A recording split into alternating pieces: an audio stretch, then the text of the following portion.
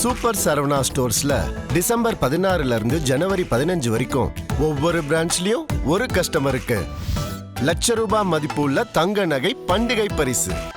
சொந்த வீடு வாங்க ஸ்டெப் ஸ்டோனுக்கு வாங்க. Step stone. பாட்டாளி மக்கள் கட்சியை நீங்கள் பிளவுபட்ட மாதிரிலாம் இல்லை. முதல்ல அதை திருத்திக்கிங்க நீங்கள். ஏன்னா அடிக்கடி உங்களை மாதிரி பத்திரிகை பிளவுபட்டு போச்சு. பாட்டாளி மக்கள் கட்சி அன்புமணி ராமதாஸ் தலைவராக இருக்கிறார். ஒட்டுமொத்தமாக எல்லோரும் இங்கே இருக்கிறார்கள். அதில் ஒன்றும் மாற்று கருத்துக்கள் இல்லை. குக்கிராமத்தில் கூட அவருக்கு வந்து சப்போர்ட் இருக்குன்றீங்க. ஆனால் ஒரே ஒரு முத்திரை இருக்குது சார், தந்தைக்கு முதுகில் குத்துன ஒரு துரோகின்ற அந்த குற்றச்சாட்டு இருக்குது சார். மீண்டும் மீண்டும் அழுத்தமான குற்றம். துரோகிலாம் கிடையாது. யார் துரோகி? இந்த இயக்கத்தை வலுவாக்கி உருவாக்கி அதை காயப்படாமல் காப்பாற்றி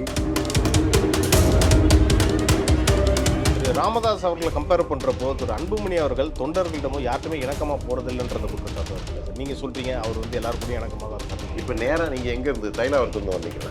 இல்லை, நான் கேட்குறேன், நேராக தைலாவரத்துலேருந்து வரீங்களா? அவங்க ஏதோ எழுதி கொடுத்த கேள்விகளை கேளுங்கன்னு சொல்கிற மாதிரி இல்லை கேட்குறீங்க. இந்த தேர்தல் அறிவிப்புகள்லாம் வந்துட்ட பிறகு தேர்தலில் வேட்புமனு தாக்கல் பண்ண போகிறாங்க இல்லையா? அதுக்கப்புறம் பார்த்தா அந்த தரப்பில் யாருமே இருக்க போகிறது. அப்போ அவங்க இந்த சைடு வந்துடுவாங்க. கண்டிப்பாக வந்துடுவாங்க. ஐயா அவர்களே வேறு வழியே இல்லாமல் பிரச்சாரம் செய்வதற்கான வாய்ப்புகள் இருக்குப்பா.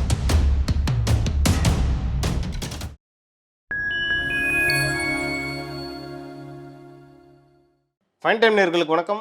இன்று நம்மோடு இணைந்திருப்பவர் நீதியின் குரல் அமைப்பின் நிறுவனரும் பாட்டாளி மக்கள் கட்சியின் மூத்த தலைவருமான திரு CR பாஸ்கரன் அவர்கள். வணக்கம் சார். வணக்கம் தேவராஜன் சார். ஒன்றிய அமைச்சர் அமித்ஷா அவர்கள் தமிழ்நாட்டுக்கு வந்துட்டு போயிருக்காரு. அப்போ அவர் என்னன்னா அந்த கூட்டணி கணக்கில் ரொம்ப குறியா இருக்காரு சார். அதில் எப்படியாவது பாமகவையும் உள்ளே இழுத்துடணும் அப்படின்னு பார்க்குறாரு. ஆனால் பாமக இரண்டாக பிளவுபட்டிருக்கு. சரி, இருந்தாலும் பரவாயில்ல, ராமதாஸ் தரப்பு அவர்களையும் அன்புமணி தரப்பு அவர்களையும் ஒரே கொடுக்கையுள்ள கொண்டு வரணுன்ற மாதிரி முயற்சியும் ஈடுபட்டிருக்கிறதா சொல்கிறாங்க. இது நடக்குதா சார்? சாத்தியமா? இல்லை, அமித்ஷா வருகை ஒரு புறம் இருந்தாலும் பாட்டாளி மக்கள் கட்சியை நீங்கள் பிளவுபட்ட மாதிரிலாம் இல்லை. முதல்ல அதை திருத்திக்கிங்க நீங்கள். ஏன்னா அடிக்கடி உங்களை மாதிரி பத்திரிகை பிளவுபட்டு போச்சு. பாட்டாளி மக்கள் கட்சி அன்புமணி ராமதாஸ் தலைவராக இருக்கிறார். ஒட்டுமொத்தமாக எல்லோரும் இங்கே இருக்கிறார்கள். அதில் ஒன்றும் மாற்று கருத்துக்கள் இல்லை. திராவிட முன்னேற்ற கழக அரசு வெளியே வீட்டுக்கு அனுப்பப்பட வேண்டும். ஒரு நல்ல பொறுப்புள்ள ஒரு கூட்டணியை உருவாக்கி அதிலே பாமக அங்கம் வகிக்க வேண்டும் என்கிற நிலைப்பாடு இருக்கிறது. நீங்களாம் ரொம்ப அவசரப்படுறீங்க, ரொம்ப கூட்டணி அவசரப்படுறீங்க. ஏதாவது எடுத்து எதையாவது போடணும்னு நினைக்கிறீங்களே தவிர, அவர் தான் சொல்லிட்டார், அன்புமணி ராமதாஸ் அவர்கள் கடந்த வாரமே சொல்லிட்டாரு, இன்னும் 2 வாரத்தில் நாங்கள் கூட்டணியை முறையாக அறிவிப்போம் என்று சொல்கிறார்கள். அதே மாதிரி ஒரு நேர்த்தியான கூட்டணி உருவாகும். நல்ல எண்ணிக்கையில் பாட்டாளி மக்கள் கட்சிக்கு இடத்தை அவர்கள் பெறுவார்கள். நல்ல அளவுக்கு சட்டப்பேரவையிலே ஒட்டுமொத்தமாக பாட்டாளி மக்கள் கட்சி வெற்றி பெறக்கூடிய அளவிற்கு சூழ்நிலை இன்றைக்கு இருந்து சட்டமன்ற உறுப்பினர்கள் வருவாங்கன்றீங்க. கண்டிப்பா. ஏன்னா கிராமமாக அன்புமணி மீது ஒரு எழுச்சி ஏற்பட்டிருக்கிறது. ஒரு கரிஸ்மேட்டிக் லீடர், ஒரு வசீகரமான ஒரு தலைவர். தமிழ்நாட்டில் அந்த மாதிரி ஒரு தலைவர்கள் இல்லை. இப்போ நீங்கள் விஜய் மாதிரி ஆட்களுக்கு நிறைய இளைஞர்கள் விசில் சத்தம் இருக்குதுன்னா அது ஏதோ திடீர்னு வரல. அவர் ஒவ்வொரு ஆடியோ ரிலீஸ்லையும் விசில் சத்தம் கேட்கும். அவருக்கு அது மாதிரியான உண்டு. எல்லா நடிகர்களுக்குமே இருக்கும். இவருக்கு கொஞ்சம் கூடுதலாகவே இருக்குது. அந்த அடிப்படையில் பார்த்தீங்கன்னா இன்னைக்கு அன்புமணி ராமதாஸ் அவர்களுடைய என்ன பேசுகிறார், என்ன சொல்ல வருகிறார், அவருடைய கருத்துக்கள் என்ன என்று கேட்பதிலே பொதுத்தளத்தில் இருக்கக்கூடியவர்கள் ஆர்வமாக இருக்கிறார்கள். நீங்கள் சொல்லிட்டீங்க சார், பொதுத்தளத்தில் ஆர்வமாக இருக்காங்கன்றீங்க. குக்கிராமத்தில் கூட அவருக்கு சப்போர்ட் இருக்குன்றீங்க. ஆனால் ஒரே ஒரு முத்திரை இருக்குது சார், தந்தைக்கு முதுகில் குத்துன ஒரு துரோகின்ற அந்த குற்றச்சாட்டு இருக்குது சார். மீண்டும் மீண்டும் அழுத்தமான குற்றம். துரோகிலாம் கிடையாது. யார் துரோகி? இந்த இயக்கத்தை வலுவாக்கி உருவாக்கி அதை காயப்படாமல் காப்பாற்றி இன்றைக்கு கொண்டு செல்லக்கூடிய ஒரு தனையனை பார்த்து துரோகின்னு சொல்லவே கூடாது. சொல்லப்போனால் மருத்துவர் ஐயா அதை செய்து வருகிறார். மருத்துவர் ஐயா இன்றைக்கு ஒரு மகனை வளர விடாமல் காயப்படுத்தி வருகிறார். ஓராண்டு காலமாக மருத்துவர் அன்புமணி ராமதாஸ் ஓராண்டு காலமாக அவருக்கு கொடுக்கப்பட்ட இன்னல்கள், அவர் மீது சொல்லப்பட்ட குற்றச்சாட்டுக்கள், வேறு யாராவது ஒரு தலைவனாக இருந்திருந்தால், இப்படிப்பட்ட தொந்தரவுகள் தன்னுடைய தந்தையிடமே இருந்து வந்திருந்தால் நிச்சயமாக நிமிர்ந்து நிற்க முடியாது. ஆனால் இவைகளையும் சகித்து கொண்டு அந்த டாலரன்சி, ஒரு சகிப்புத்தன்மை, அந்த சகிப்புத்தன்மையோடு இன்றைக்கு இந்த அரசியல் இயக்கத்தை பயணப்பட்டு வளர்த்து கடுமையாக உழைத்து அப்படியே இளைஞர்கள், நீங்கள் நினைக்கிற மாதிரி விஜய் மாதிரி கிடையாது, இந்த இளைஞர்கள் அப்படியே வராங்க பாருங்க. கிராமமாக அந்த நகரங்களை நோக்கி வருகிற பொழுது சமீபத்தில் நடைபெற்ற ஒரு மிகப்பெரிய ஆர்ப்பாட்டம், அந்த ஆர்ப்பாட்டத்தை பார்த்தாலே தெரிந்துவிடும். இது வந்து பாட்டாளி மக்கள் கட்சி ஒன்றாக இருக்கிறதா, இரண்டாக இருக்கிறதா என்பது குறித்து எங்களுடைய நோக்கம் எல்லாம் என்னவென்று சொன்னால், பாட்டாளி மக்கள் கட்சி தேர்தலிலே நின்று விட்டது என்று சொன்னால், அதற்கு வாக்களிப்பதற்கு அந்த தொண்டர்கள் தயாராக இருப்பார்கள், அந்த சமூகத்தை சேர்ந்தவர்கள் தயாராக இருப்பார்கள். அன்புமணி என்கிற காரணத்தினாலே பொதுத்தளத்தில் இருக்கக்கூடிய அனைத்து பிரிவினரும் வாக்களிக்க தயாராக இருப்பார். ஏனென்று சொன்னால் எல்லா கட்சிக்காரர்களிடம் நெருக்கமான அணுகுமுறை, மக்களிடம் அணுகுமுறை, மக்களை சார்ந்த பிரச்சனைகள், உரிமைகளை களைவதிலே பாட்டாளி மக்கள் கட்சி முன்னிலையில் இருக்கிறது. திரு ராமதாஸ் அவர்களை கம்பேர் பண்றப்போ திரு அன்புமணி அவர்கள் தொண்டர்களிடமோ யார்ட்டுமே இணக்கமா போறதில்லைன்றத குற்றச்சாட்டு இருக்குல்ல சார்? நீங்க சொல்றீங்க அவர் வந்து எல்லாரும் கூடயும் இணக்கமா தான் இருக்காரு. இப்போ நேராக நீங்கள் எங்கே இருந்து தைலாவரத்துலேருந்து வந்தீங்களா? இல்லை, நான் கேட்குறேன், நேராக தைலாவரத்துலேருந்து வரீங்களா? அவங்க ஏதோ எழுதி கொடுத்த கேள்விகளை கேளுங்கன்னு சொல்கிற மாதிரி இல்லை கேட்குறீங்க நீங்கள். அதாவது இணக்கம் என்று சொன்னால் அன்பு அவர் பேருக்கு தகுந்தாரே அன்புமணி தான். அதை வச்சது ராமதாஸ் அன்பு வச்சது அவர் தான். அதெல்லாம் அது இது பார்த்தீங்களா, இதை தான் உங்களை சந்தேகிக்க தோணுது எனக்கு.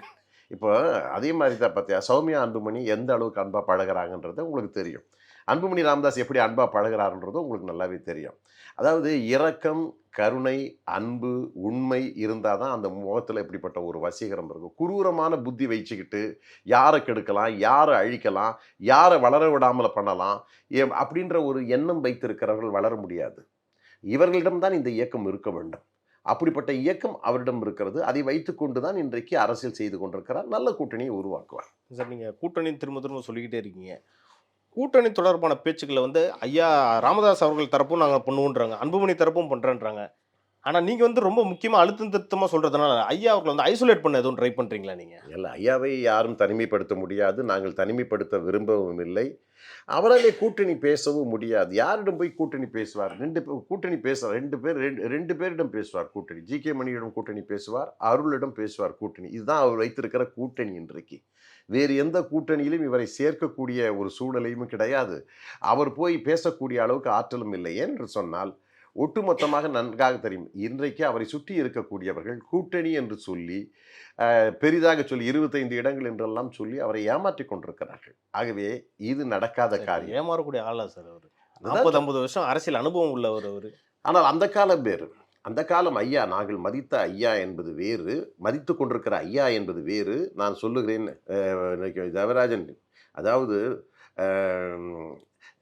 மருத்துவர் ஐயா அவர்கள் தத்துவ தலகத்தாக வைத்திருக்கிற பொழுது, கார்ல் மார்க்ஸை வைக்கிற பொழுது, வல்லான் பொருள் குடிக்கும் தனி உடைமை நீங்கி இந்நாட்டில் வளர வேண்டும் பொது உடைமை என்று சொல்லி, அந்த பொது உடைமை தத்துவத்திற்கு இலக்கணமாக கார்ல் மார்க்ஸை வைக்க வேண்டும் என்று சொல்லி எந்த இயக்கமும் வைக்காத போது கார்ல் மார்க்ஸை வைத்தார்.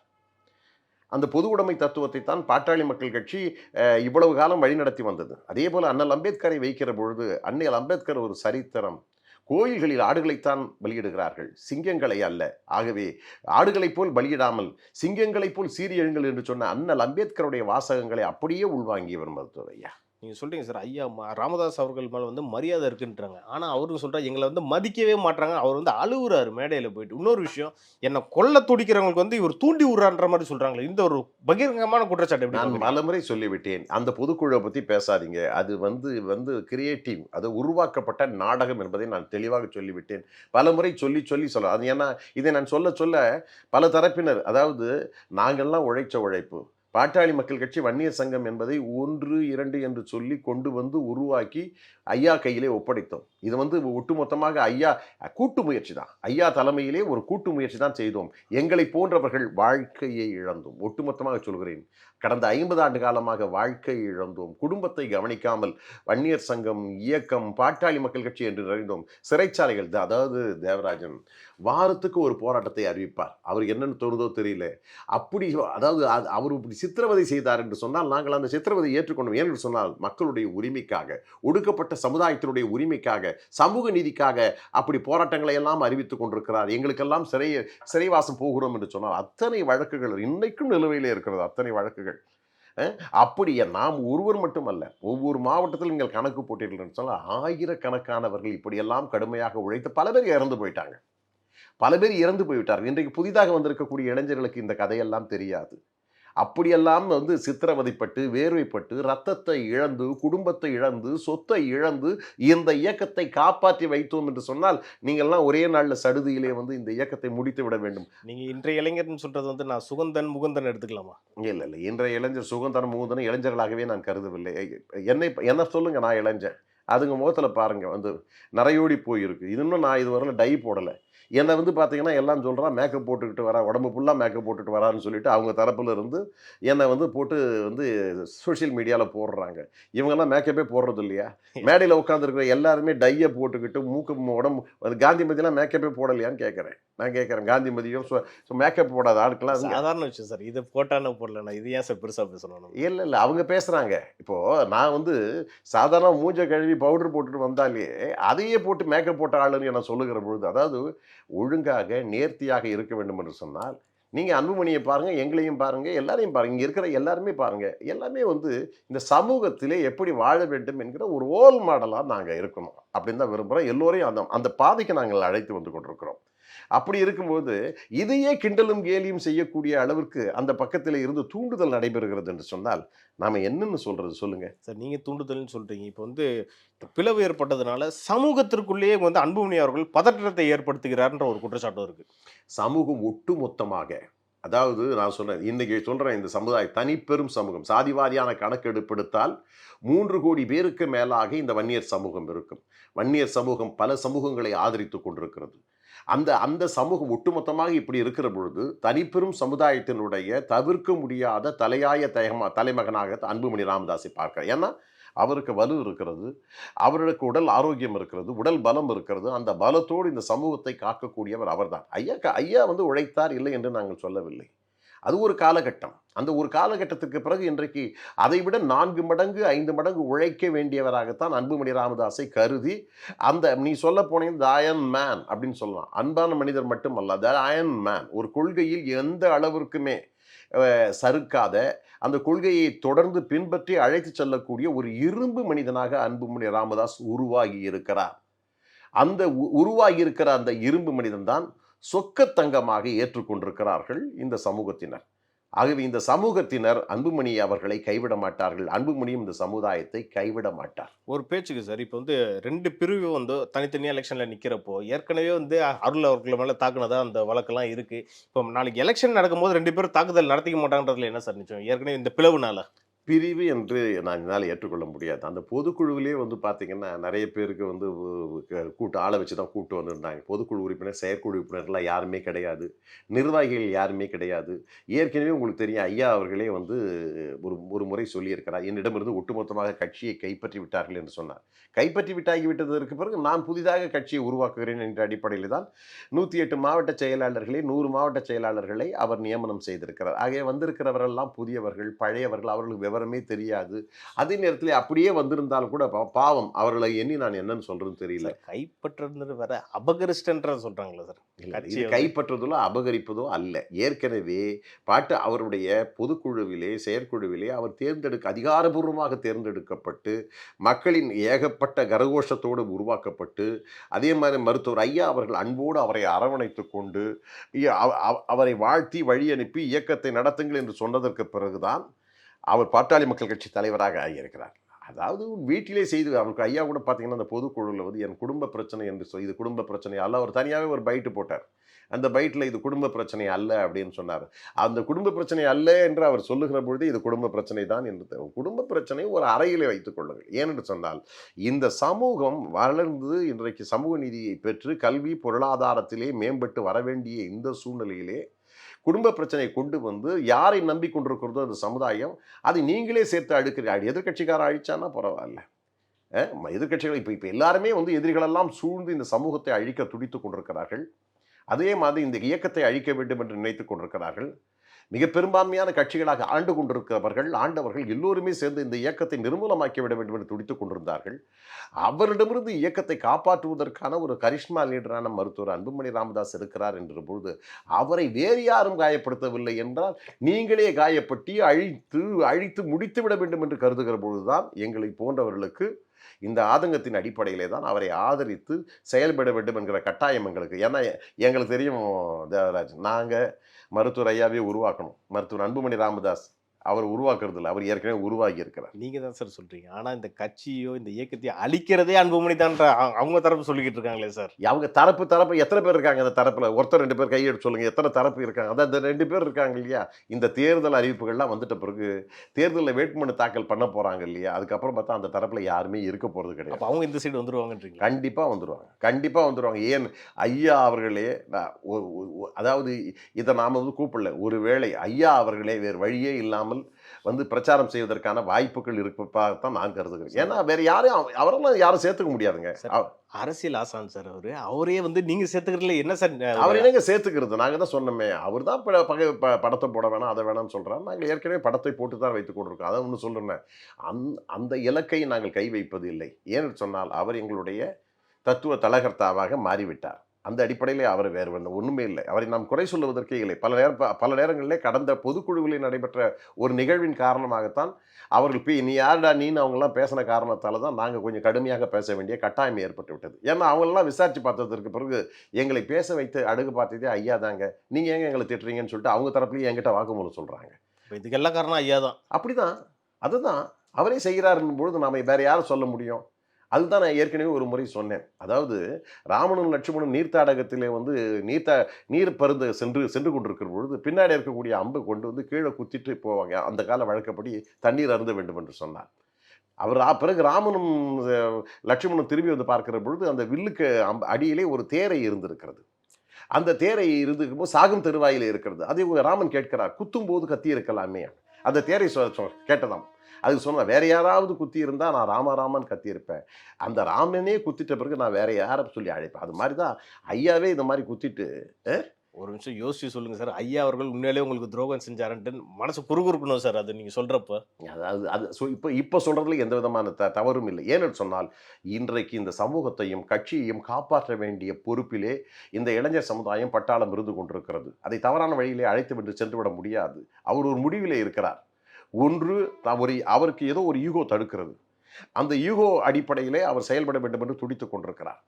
நம்மை பொறுத்தவரையிலே அந்த ஈகோலாம் ஒதுக்கி தள்ளிவிடுங்கள். ஏனென்று சொன்னால் அவர் மிகப்பெரிய தலைவர். அதாவது பிரதமர் நரேந்திர மோடியே வந்து அரவணைக்கக்கூடிய ஒரு தலைவராக இருக்கிறார். அந்த மிகப்பெரிய அவருடைய அந்தஸ்து அவருக்கு இருக்கிறது, அவருக்குடைய கௌரவம் இருக்கிறது. அந்த கௌரவத்தில் இருந்து ஒட்டுமொத்தமாக மகனை அழிக்க வேண்டும், ஒழிக்க வேண்டும் என்று அவரை எதிர்க்கிற பொழுது ஒட்டுமொத்தமாக அந்த தன்மையிலே இருந்து அவர் தனிமைப்படுத்தப்பட்டு விட்டார். ராமதாஸ் அவர்கள் மேலே இவ்வளோ ஒரு குற்றச்சாட்டு வைக்கிறப்போ நாம் தமிழர் கட்சியின் ஒருங்கிணைப்பாளர் திரு சீமான் அவர்கள் வந்து ஒரு மேடையில் பேசியிருந்தார். என்னன்னா, தமிழ்நாடோட பெரியார் யாருன்னு சொன்னால் 2 பேரும் சொல்லியிருக்காரு. ஒன்று திருமாவளவன் அவர்கள் சொல்லியிருக்காரு, இன்னொன்று வந்து ஐயா திரு ராமதாஸ் அவர்கள் சொல்லியிருக்காரு. அப்போ கூட அவர் பேர்ல அன்புமணின்ற வார்த்தை உச்சரிக்கப்படல. அப்போ வந்து அவர் ஒரு பெரிய தலைவர் தானே சார். சீமான் வந்து இது பாருங்க, நேரத்துக்கு ஏற்ற மாதிரி அரசியல் பண்ணாங்க. சீமானுடைய நிறைய நண்பர் அதே நேரத்தில் வந்து பார்த்தீங்கன்னா, அவர் நாங்கள் பேசுறது நாங்களும் தானே பேசியிருக்கிறோம். அன்புமணி ராமதாஸே பேசியிருக்கிறாருங்க, நாங்கள் பேசியிருக்கிறோங்க. இவர் நான் புதுசாக வந்து பேசியிருக்கிறாரு. இந்த பிரச்சனையை பயன்படுத்த நினைக்கிறாங்களா இவங்கெல்லாம்? நான் கேட்குறேன். இந்த சூழலை பயன்படுத்தி கொண்டு இவர் அன்புமணி இடத்துல வந்து சீமான் போகலன்னு நினைக்கிறாரா? ஏங்க சும்மாங்க. இன்னைக்கு அவர் பெரியார ஒரு காலத்தில் வாழ்த்தி பேசினாரு, பெரியாரை தாழ்த்தி பேசினாரு. அவர் வாயில அப்போ கூட அன்புமணின்ற வார்த்தை வரல பாருங்க. பெரியார்னா அன்புமணின்ற சொல்லிருக்கலாம்ல. இவர்கள் வாயாலே வந்து தான் அவர் புகழ் பெற வேண்டும், செயல்பட வேண்டும் என்கிற அவசியமே இல்லை. அதாவது நீங்க என்னமோ அண்ணல் அம்பேத்கர் எழுந்து வந்து சொன்ன மாதிரி பேசிட்டு இருக்கீங்களே, கார்ல் மார்க்ஸ் எழுந்து வந்து பேசின மாதிரி பேசிட்டு இருக்கிறீங்கன்னு நீங்க சரியா பாருங்க தேவராஜன், என்ன கேள்வி கேட்குறீங்க நீங்க? யாரோட ஒப்பிட்டு பேசுறீங்க? அவர் சொல்லிட்ட உடனே இவர் வந்து கடவுளா மாறிட்டாரா? எங்க நேற்று வரல பெரியாரை ஏத்துக்கிட்டு அவர் தலைவணங்கி இருந்தவங்க தானே சார் அவங்க. இன்னைக்கு திடீர்னு வந்து பெரியாரை பத்தி இதை பேசுறாங்கன்னா அது காரணம் என்ன? அதே பெரியார் எங்களுக்கெல்லாம் பெரியார் வேணாம், இவர் தான் பெரியார்னு பெற்று மருத்துவர் ஐயாவை பத்தி பேச நாளைக்கு இதே மருத்துவர் ஐயாவை இவர்கள்லாம் தூக்கி பேச மாட்டார்கள், தூக்கி எறிய மாட்டீங்க. பல நேரங்களில் வந்து நீங்கள் திரையில் வெளியில் பேசலை, ஆனால் அவர்கள் உள்ளரங்கத்தில் என்ன பேசுவார்கள் என்று எனக்கு நல்லாவே தெரியும். அதால் இவர்கள் பேச்சை வைத்துக்கொண்டு தயவுசெய்து இன்னொரு முறை தயவுசெய்து என்கிட்ட கேட்காது. ஏன்னா இவர்கள் சந்தர்ப்பத்தை பயன்படுத்தி கொண்டு அதன் மூலமாக சதிராட திட்டம் போடுகிறார்களே தவிர நான் இப்போ அவங்களை விமர்சனம் செய்ய தயாராக இல்லை. நமக்கு வேற வேலை நிறைய இருக்கு. ஏன்னா சமூக சீர்திருத்தங்களில் திரு ராமதாஸ் அவர்கள் பெரும் பங்கு இருக்குது. ஆனால் அதில் அன்புமணிக்கு இருக்கான்ற கேள்வி வருது இல்லை சார்? நீங்கள் போய் அவர்கிட்ட கேளுங்க. நீங்க அவர்கிட்ட கேளுங்க. அவர் தானே பேசினாரு. அவர்கிட்ட போய் கேளுங்க. ஏன்னா அவர் என்ன தப்பா ஒண்ணும் பேசல. நல்லா தானே பேசினார் அவரை பத்தி. நல்லா பேசிட்டு போ. நானும் பேசுவேன். இவருக்கு முன்னாடி நான் 1000 வாட்டி பேசிட்டேன். இன்னைக்கு தான் ஆரம்பிச்சிருக்காரு அவரு. சீமானுக்கு முன்னாடி ஐயாவை பத்தி 1000 முறை பேசிட்டேன். அவர் 2012க்கு மேல தான் அரசியலுக்கு வந்தார். நாங்களாம் 1970லேருந்தே அரசியலுக்கு வந்து பேசிக்கிட்டு இருக்கோம் அவரை பத்தி. முதல்ல 1978லேருந்து பேசிக்கிட்டு இருக்கோம். முதல்ல போய் அதை போய் சொல்லுங்க அவங்ககிட்ட. சார் இறுதியா வந்து ஒரு கேள்வி. ம். எல்லா கட்சியும் வந்து பாத்தீங்கன்னா ஒரு ஸ்ட்ராட்டஜிஸ்ட் ஹையர் பண்ணிக்கிட்டே இருக்காங்க. திரு அன்புமணி அவர்கள் கூட ஜான் ஆரோக்கியசாமி கூட வச்சிருந்தாரு. இப்போ அவர் தாவேக்கால இருக்காரு. இப்போ யாரையும் ஹையர் பண்ற ஐடியால இருக்காங்களா சார்? என்ன நாங்கள் ஹையர் எடுக்க போகிறது ஹையர் சைக்கிள் எடுக்க போகிறது கிடையாதுங்க. பிரசாந்த் கிஷோர் மாதிரி ஆட்கள்லாம் வந்து பார்த்திங்கன்னா ஒரு காலகட்டத்தில் வந்து பாரதிய ஜனதா கட்சி, காங்கிரஸ் அப்படின்னு ஒவ்வொரு கட்சிக்கும் மாறி மாறி அவங்க காசுக்காக வந்து ஸ்ட்ராட்டஜிக்கு வகுக்கிறதும் அது மாதிரி செயல்படுறதும் அதுக்கு ஒரு அலுவலகம் போடுறதும் அதுக்கு ஒரு ஆட்களை வைத்துக்கொண்டு அந்த இடத்துல பிரச்சனைகளை அது வந்து அது எளிமையான ஒரு பிரச்சனை. இதை நான் வந்து மக்கள் தொலைக்காட்சியிலே பண்ணேன். மக்களுடைய பிரச்சனைகளை கலைந்து விவாதத்தின் மூலமாக கலைந்து அதிகாரிகளை அமைச்சர்களை தொடர்பு கொண்டு பேசி அந்த பிரச்சனைகளை கலைகிற பொழுது அந்த பக்கத்தில் ஒரு ஆதரவு ஒன்று கிடைக்கும். அது மாதிரி அதெல்லாம் ஏற்கனவே இதுக்கெல்லாம் ஸ்ட்ராட்டஜிஸ்ட்லாம் தேவையில்லை. இதுக்கெல்லாம் வந்து 100 கோடி செலவு பண்ணணும், 1000 கோடி செலவு பண்ணணுன்ற அவசியமே இல்லை. சரி, எனக்கு முன்னாடி ஒரு பெரிய ஸ்ட்ராட்டஜிஸ்டே உட்காந்துட்டு இருக்கீங்க. அப்போ நீங்கள் நிறைய கட்சிக்கு போய் வேலை செய்யலாமே சார் நீங்கள்? இல்லை நம்மலாம் பொதுவாக வந்து மதித்து கேட்டால் என்று சொன்னால் அவர்களுக்கு நாங்கள் ஆலோசனை செய்ய நாங்கள் தயாராக இருக்கிறோம். அதாவது இப்போல்லாம் வந்து யாருமே அதாவது கூட இருக்கிறவங்களுடைய மரியாதையோ கூட இருக்கிறவங்களுடைய தகுதியோ திறமையோ மற்றவர்களுக்கு தெரிவதற்கான வாய்ப்பு இல்லை. எங்களை எல்லாம் ஐயா பயன்படுத்தி கொள்ளவில்லை. மருத்துவர் அன்புமணி ராமதாஸ் எங்களை பயன்படுத்தி கொள்கிறார். அதன் மூலமாக நல்ல வளர்ச்சி வரும் என்பதுதான் என்னுடைய கருத்து. உங்களை வந்து அங்கீகரிக்கலன்றீங்களா சார் அப்போ திரு ராமதாஸ் அவர்கள்? நிச்சயம் அவரே போய் கேளுங்க. நீங்கள் என்ன அங்கீகரிச்சாரா இல்லையான்றது தெரியும். ஏங்க யாருங்க பதவி கொடுத்தாரு? யாருக்கு பதவி கொடு உழைச்சி ஆரம்பத்தில் ஆயிரக்கணக்கான சங்கங்களை உருவாக்கி கொண்டு வந்து வச்சிருக்கிற எங்கள் தலித் ஏழுமலைக்கு வந்து அமைச்சராக்கினார். தலித் ஏழுமலை ஒரே ஒரு இந்த சங்கத்துக்கு ஒரு கட்சிக்கு ஒரு கிளை ஆரம்பிச்சிருப்பாரா? பொன்னுசாமிக்கு அமைச்சர் பதவி கொடுத்தார். ஒரே ஒரு கிளை ஆரம்பிச்சிருந்தாரா? அதுக்கப்புறம் பல பேருக்கு அமைச்சர் பதவி கொடுத்தார். அந்த அமைச்சரெல்லாம் போய் மக்கள் மத்தியில் போய் பேசி கிளையை ஆரம்பித்து கட்சியை வளர்த்துருப்பாங்களா? யாருக்குமே கிடையாது. ஐஏஎஸ் அதிகாரியாக இருந்த வேலு அவர்களும் கொடுத்தாரு. வேலு ஒரு பொறுப்பாக அது மாதிரி சில பேர்களுக்கு கொடுக்கப்பட்டிருக்கிறதே தவிர இந்த கட்சிக்காக உழைத்து ஓடாய் தேய்ந்து போன இளைஞர்களுக்கு யாருக்குமே அவங்க கொடுக்கல. பல பேர் செத்தே போயிட்டான்னு நான் சொல்கிறேனே, பல பேர் செத்து போயிட்டாங்க. இந்த சமூகம் வளருவதற்காக ஊருக்கு ஒரு சங்கம் வைத்து ஒன்றாக கூடி நின்று வீரப்போர் நடத்தி காட்டி வெற்றி கண்ட இளைஞர்கள், அந்த வெற்றி கண்ட இளைஞர்கள் பல பேர் மாண்டு போயிட்டான். சார் நீங்கள் இப்படி சொல்கிறீங்க. இன்னும் பார்த்தீங்கன்னா ராமதாஸ் அவர்கள் தரப்பில் வந்து பார்த்தீங்கன்னா நெய்வேலி ஜெகன் இருக்காரு, அப்புறம் ம.க. ஸ்டாலின் அவர்கள்லாம் இருக்காங்க. இவங்களாம் மூத்த தலைவர்கள் சார். அவங்களாம் இந்த சைடு வர வாய்ப்பு இருக்கா? மூத்த தலைவர்கள் என்பதை விட ஒரு வீரியமான நல்ல செயல்பாட்டாளர்கள், அதில் ஒன்றும் மாற்று கருத்துக்கள் கிடையாது. ஆனால் அவர்களை விட நன்றாக செயல்படக்கூடியவர்கள்லாம் அந்த பக்கத்தில் இருக்கிறாங்க, செயல்படுறாங்க. ஆனால் இன்றைக்கு எழுதி வச்சுக்கோங்க, அவர்களெல்லாம் இன்றைக்கு இன்னும் சில நாட்களில் மருத்துவர் அன்புமணி ராமதாஸ் அவர்களுடைய கரத்தை வலுப்படுத்துவதற்காக விரைவில் இங்கே வருவார்கள். அவர்களெல்லாம் எங்களுடைய உறவுகள், எங்களுடைய சொந்தங்கள், எங்களுடைய சகோதரர்கள். அவர்களை விட்டு அவர்கள் அவர்களுடைய அங்கே தான் இருக்கிறாங்களே தவிர அவருடைய எண்ணமெல்லாம் நினைவுகளெல்லாம் எப்பொழுது வந்து ஆற தழுவோம் என்று காத்து கொண்டிருக்கிறார். அப்போ எதுக்காக சார் அங்கே இருக்கணும்? அப்போ எதுக்காக இன்னும் அந்த தரப்பில் இருக்கும்? ஐயா என்கிற ஒரு எமயம், அவருடைய ஈகோ, அதை காப்பாற்ற வேண்டும் என்று அவர்கள் துடித்து கொண்டிருக்கிறார்கள். நிச்சயமாக அந்த திரை மறையும். அந்த திரை மறையும், உண்மை விளங்கும். உண்மை விளங்கியதற்கு பிறகு ஏன் எதற்காக இவர்கள் துடித்து கொண்டிருக்கிறார்கள்? இந்த கட்சியை அபகரிப்பதற்காக ஒரு கூட்டம் இருந்து கொண்டிருக்கிறது அல்லவா? ஐயாவை அபகரித்து சூழ்ச்சி வலையை பின்னி கொண்டிருக்கிறது அல்லவா ஒரு கூட்டம். அந்த கூட்டத்தினுடைய உண்மையான நிலைமையும் சூழ்ச்சியும் விலகியதற்கு பிறகு இவர்களெல்லாம் ஒட்டுமொத்தமாக இங்கே வருவார்கள். நாங்கள் அனைவரையும் ஏற்றுக்கொள்வோம். அப்போ அவங்க தான் விசுவாசமாக இருக்காங்க, நீங்கள் யாருமே விசுவாசமாக இல்லைன்னு நம்ம எடுத்துக்கலாமா சார்? யாரு அவங்க? அதுக்கு பேர் விசுவாசமா? அது பேர் விசுவாசம் என்பது அல்ல. ஏதோ ஒரு கணக்கில் போயிட்டு சிக்கி கொண்டார்கள். அந்த சிக்கி கொண்டவர்களை ஐயா அவர்கள் அழைத்து பேசி அரவணைத்து கொண்டார். ஆனால் இந்த அரவணைப்பு, இந்த ஆலிங்கனம் எல்லாம் ஏமாற்று வேலை, நாடகம் என்று புரிந்து கொண்டால் நிச்சயமாக அவர்கள் அடுத்த நொடிய மருத்துவர் அன்புமணி ராமதாஸ் அவர்கள் தலைமையை ஏற்றுக்கொள்வார்கள். தலைமை ஏற்றுக்கொள்ள இன்றும் அவர்களெல்லாம் எங்கள் வீட்டு பிள்ளைகள் தான். ஓகே சார், பாமக சார்ந்த பல்வேறு அரசியல் நிகழ்வு பற்றி நம்ம இன்னைக்கு பேசணும். இது குறித்து அடுத்தடுத்த நிகழ்ச்சிகளை இன்னும் நம்ம டீட்டெயிலாக பேசலாம் சார். நன்றி.